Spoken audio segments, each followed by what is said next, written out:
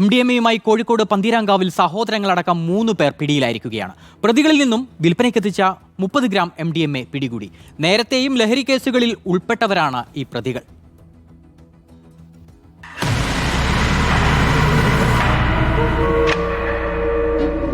അരീക്കാട് നല്ലളം ഏർച്ചാം വീട്ടിൽ അബ്ദുൾ സമദ്, സാജിദ് ജമാൽ, ആലപ്പുഴ മണ്ണഞ്ചേരി സ്വദേശി അറഫ നദീർ എന്നിവരാണ് പിടിയിലായത്.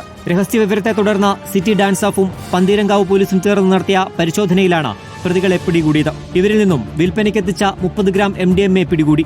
2024 18 കിലോ കഞ്ചാവുമായി ബംഗളൂരു പോലീസിന്റെ പിടിയിലായ അബ്ദുൾ സമദും സാജിദ് ജമാലും ജാമ്യത്തിലിറങ്ങിയതാണ്.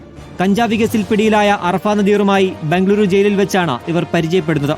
ബാംഗ്ലൂരിൽ നിന്നും വൻതോതിൽ രാസലഹരി വസ്തുക്കൾ പ്രതികൾ കേരളത്തിൽ എത്തിച്ചിട്ടുണ്ട്. പരിശോധന ചേർക്കാനായി ഇവരുടെ ഫ്ളാറ്റിന് മുന്നിൽ ഹൈബ്രിഡ് നായകളെ ഉപയോഗിച്ചിരുന്നതായും പോലീസ് പറഞ്ഞു. വിദ്യാർത്ഥികളെ ലക്ഷ്യം വെച്ച ഇവർ കച്ചവടത്തിനായി 20 വയസ്സിൽ താഴെയുള്ളവരെ ഉപയോഗപ്പെടുത്തിയിട്ടുണ്ട്. ഇവർക്ക് പ്രതിഫലമായി മയക്കുമരുന്നുകളാണ് നൽകിയത്. ഫ്ളാറ്റ്, വാടക വീട് എന്നിവ കേന്ദ്രീകരിച്ചാണ് വിൽപ്പന. സംശയം തോന്നാതിരിക്കാൻ വീടുകൾ നിരന്തരം മാറുകയും ചെയ്തു.